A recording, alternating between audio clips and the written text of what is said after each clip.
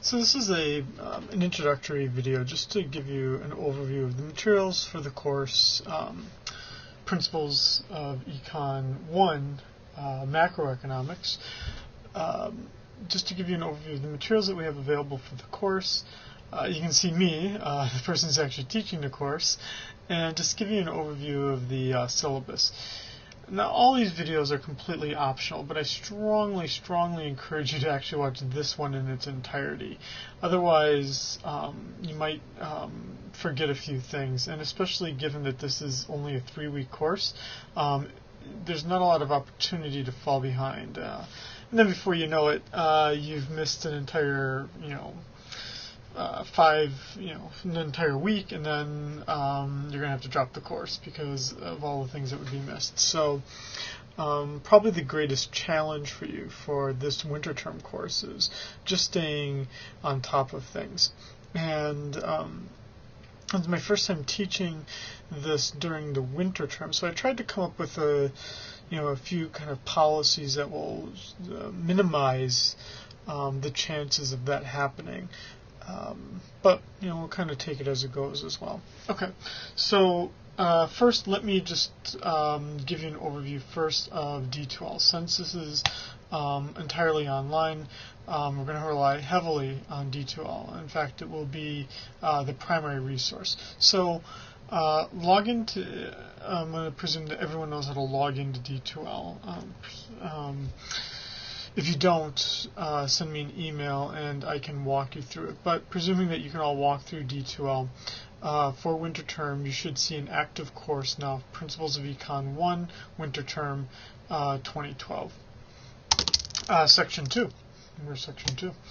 The first thing you would look at then would be content.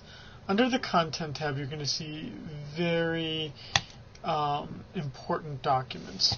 First thing you're going to see there is the syllabus. You'll want to download this. This is going to be your resource. It's going to be available all the time, but just for your own sake, you'll want to download that for yourself. I then have included lecture notes. Now, what I try to do here is, during the typical semester when I'd be lecturing, I don't often look at a document, but I do bring a document with me as sort of a safety blanket kind of thing. This is the typed up document that would represent that. The way to kind of go over this material, since there's an extent to which it's self-directed, you would be reading the textbook. The exams are based off of your readings of the textbook. These lecture notes, in turn, give you a summary of what I think are some of the most important things from each of those chapters. So you'll want to download these Word documents or these PDF documents and read them after you've read the textbook. Now, you could, given time constraints, the ideal world you would be reading the book and then these documents. Now let's look at the reality. If the reality is that you only have, even more brief time, you could read the lecture notes. You're going to have to recognize that you're going to miss some things and that it's going to be more difficult to learn the material only from the lecture notes. But it's still possible. But you'd have to read the lecture notes quite closely. On the other hand, you could just read the textbook and not look at these lecture notes at all, and you will not miss anything. So these are just meant as a supplement, as a sort of a Cliff Notes version of each of these chapters that we'll be covering. And then there will be 3 exams in this course, 1 each week, and you will see that I've made a study guide for each of those chapters, or for each of those exams. Okay. There's one thing that's going to be added to this, and that's going to be video topics. And the video topics, now typically what happens is that if this was during the semester and I had made these videos ahead of time, they would be put on the streaming server on D2L. But today's date is I think it's the 29th or 30th, 29th. Yeah, I didn't work that far ahead here. So, and all the people that put it on the streaming server are away for the holidays. So what I'm going to be doing here is posting these all on YouTube.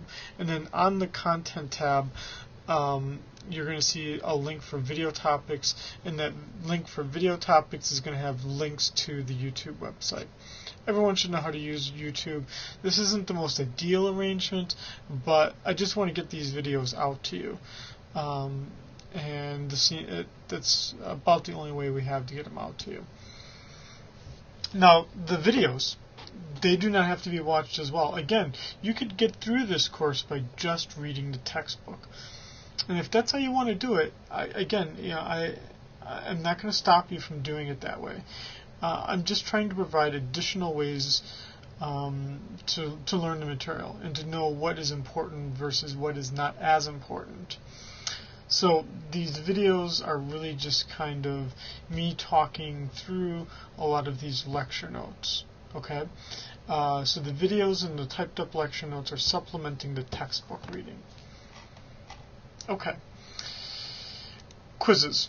Under the quizzes tab, you're going to see the 9 things that you're going to be assessed on. There's going to be 3 exams and there's going to be 6 homeworks. 2 homeworks for each part of the course. This is a 3-part course. 1 exam for each part. Each part is going to last 1 week in this 3-week winter term course.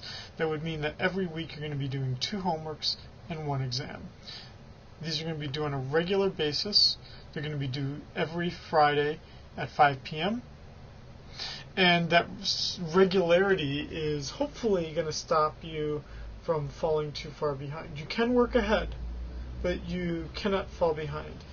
By Friday at 5 p.m., you will see you need to have the first 2 homeworks done as well as the exam. The exams, you're going to have the way that they're set up. You will see that you will have to be doing this exam in the Lockdown browser. There's instructions of how to download that if you have not downloaded it already. The exam is, well, I haven't added the questions to it yet, but theoretically it would have been made available already on January 1st. And there will be a time limit, and you will see the clock counting down that time, and that will be an 85-minute time limit. Okay.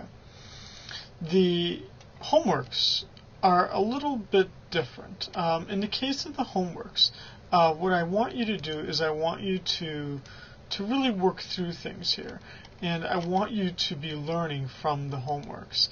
And these are already posted. I've made these all available already, so you can already start working on these. But you'll see that I don't really impose a time of 600 minutes with an additional 600 minutes before it's late. I would hope that none of you are spending 10 hours on each exam. But now here's the important thing.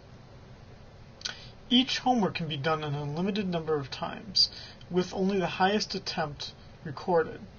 As well, it's going to show you what you answered incorrectly. So here's what you're going to need to do. You're going to need to do the homework, and at the end of the homework, you're going to need to submit it. Okay? After you submit it, it's going to then reveal to you on the screen the questions that you got wrong. You will then do the homework again, hopefully you've got the time to do it, and then correct those incorrect answers that you've made. So that theoretically you could do it an infinitely large number of times and learn from your mistakes, basically. So there really is no reason, as long as you don't have a time constraint, there's no reason why you should have less than 100% for each homework assignment. Now these homeworks are designed to help you then synthesize the material and get it ready for the exam. And then finally, the grades. I will take active efforts. You can see everyone here. Obviously yours doesn't look like this. But you will see that I take active efforts to keep this grade book up to date. Now, it's going to be calculating grades here. At the end of the 3 weeks, I'm going to post your final letter grade here, give you a chance to review things, and then I'll post the final letter grade. Okay, let's go over the syllabus.